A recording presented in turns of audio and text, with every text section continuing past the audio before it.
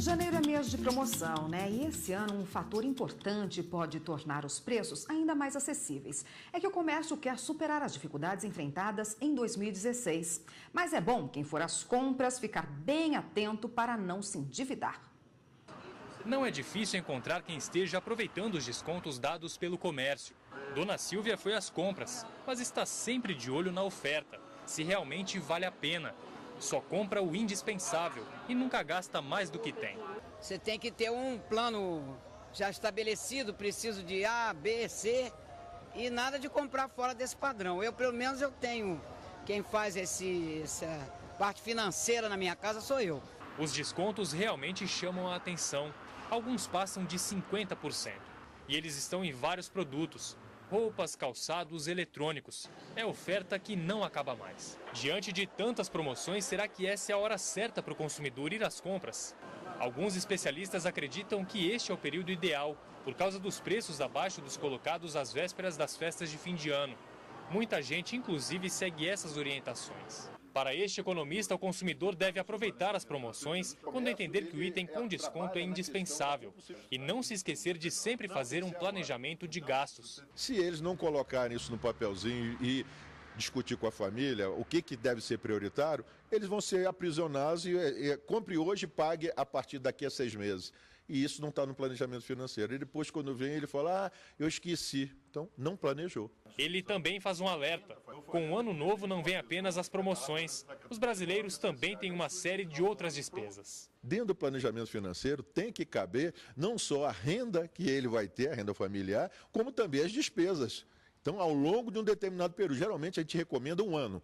Então, se ele colocou as despesas durante 1 ano, ele vai fazer uma estimativa, quando vai pagar de IPTU, de PVA, de material escolar, de escola, de particular, se for o caso, e outras despesas que podem vir, que é o caso de aumento de tarifa de água, de energia, de combustível, aluguel. Então, tudo isso daí ele tem que colocar, fazer uma estimativa. Aí depois, no final, ele fala, sobrou dinheiro? Aí, aí ele faz a avaliação e prioriza o que ele efetivamente tem que comprar. Bom, para esclarecer as nossas dúvidas sobre esse assunto, está aqui no estúdio o advogado Humberto Valim. Boa tarde, doutor. Boa tarde. Bom, não é de hoje, né? Todo fim de ano, começo de ano, tem muita promoção. A gente já viu aí ano passado várias grandes promoções que atraem, Black Friday, né? Atraem o consumidor com preços mais baixos, que às vezes nem estão precisando de tal equipamento, de tal produto e acabam sendo seduzidos por um preço mais baixo. E agora também vai entrar janeiro, o comércio quer faturar, vender o estoque aí que está encalhado.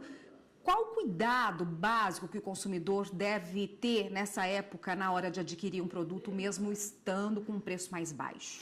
É muito importante que o consumidor tenha em conta a utilidade daquela compra. Pelo simples fato de um produto estar em promoção ou barato, não significa que você precisa estocar ou mesmo comprar. O consumidor consciente faz uma lista do que é essencial e faz um planejamento para suas compras mensal e anual. E agora, a pessoa já gastou, vamos supor, né? Gastou o que tinha e o que não tinha em dezembro, se viu endividado, tem IPTU, IPVA, todos os impostos para pagar agora, escola das crianças, matrícula. O que fazer para limpar o nome? Porque ela não pode nem consumir estando com o nome sujo, né? É verdade. Uma vez negativado nos cadastros de restrição, o consumidor fica impedido de receber novos créditos. Nesse caso, a recomendação é: pague primeiro aquelas dívidas onde a carga de juros seja maior. Por exemplo, o cartão de crédito no nosso país é a maior taxa do mundo, ou seja, pague primeiro o cartão de crédito. Em seguida, vá negociando a sua dívida. O importante é saber que, com planejamento, você se tornará um ex-endividado.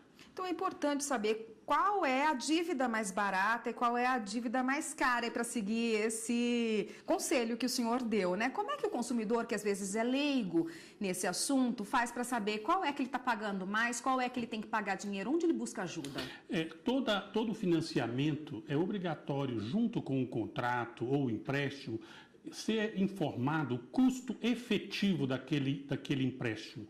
Esse custo efetivo é destacado na fatura do cartão, é destacado no empréstimo de veículo, é destacado no empréstimo de CDC, quanto que custo daquele empréstimo por mês. Ou seja, aquela taxa de juros que é maior, ou seja, aquela que mensalmente aumenta mais os juros, deve ser quitada.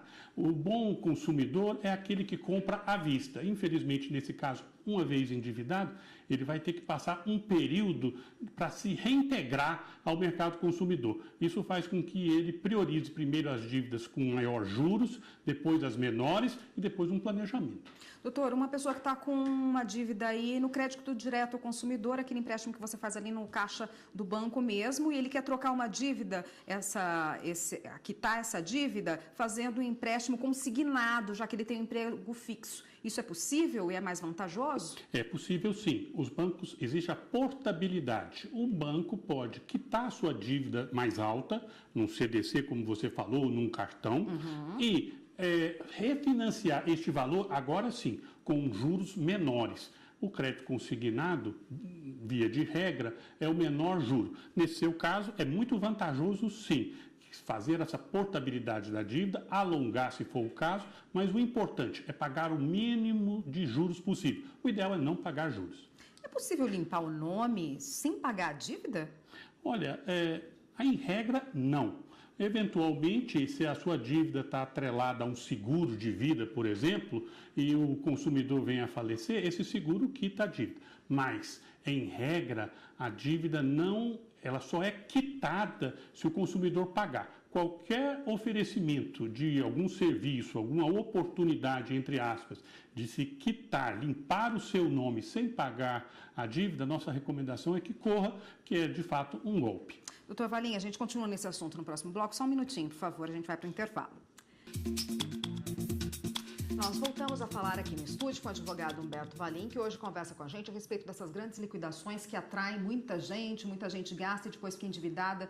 Qual o direito do consumidor neste caso, né? Como fazer, doutor, um planejamento familiar para não cair nesse endividamento? Importante o consumidor consciente fazer uso dos recursos da informática. Na internet existem várias opções de calculadoras, programas gratuitos para que você, consumidor, elenque a sua despesa, seja com gás, luz, internet, aluguel, todas as despesas. Uma vez elencada todas as despesas, você já tem um panorama, um planejamento diário, mensal, anual. Você se planejando, você pode adquirir pacotes de férias, pode comprar produtos, bens, serviços. Agora, sem planejar e sem tomar conhecimento do que você gasta, fatalmente você se tornará um endividado. Em regra, ninguém vai para frente com dinheiro emprestado. Ou seja, você deve gastar menos do que ganha. Para quê? Para que tenha uma poupança e essa poupança no futuro se torne um investimento. Doutor, essa medida provisória, né, da semana passada, que permite agora preços diferenciados para pagamento em cartão e pagamento à vista no dinheiro, né, antes era proibido, agora pode ser feito, é permitido. Isso pode auxiliar aí na economia doméstica? Sim, vem em boa hora essa medida, porque agora não é razoável aquele que paga em dinheiro, paga à vista, ter o mesmo valor daquele que usufrui de um tempo, de um crédito via cartão de crédito. É permitido agora a qualquer estabelecimento oferecer, sim, preço diferenciado. Não significa que é obrigatório, mas o mercado vai se ajustar e é óbvio, aquele que estiver pagando à vista, o bom consumidor inteligente, compra à vista e com desconto sempre. Doutor, como é que a pessoa, o consumidor comum, pode saber se estão cobrando juros abusivos dele? Nesse caso, o consumidor deve se precaver, levar o contrato daquele empréstimo, daquele financiamento a um advogado especialista. É a única forma de se aferir se naquele contrato existem cláusulas e fórmulas de custos abusivos. Encontrando a abusividade, não há outra forma ao consumidor de questionar administrativamente, inicialmente, aquele banco, aquele fornecedor, e, não dando resultado, submeter aquele contrato à apreciação da justiça, para que seja expurgado as eventuais ilegalidades encontradas naquele contrato. Rapidamente, para a gente encerrar, a partir de qual valor compense para a justiça o consumidor? É razoável, até 20 salários mínimos, ou seja, até 20 salários mínimos, a grande maioria das empresas não ajuizam ações, existem saques, é possível administrativamente fazer uma composição. A partir de 20 salários mínimos, hoje em torno de 19, 20 mil reais, é interessante ao consumidor recorrer ao judiciário para que, na frente de um juiz, numa audiência, seja feito um acordo justo dentro da possibilidade daquele consumidor. Obrigada, doutor Valinha. Conversei com Humberto Valinha, que é advogado, conversou com a gente a respeito de como se livrar das dívidas e planejar melhor a sua vida para não cair em tentação. Obrigada, doutor. Obrigado. Até uma próxima.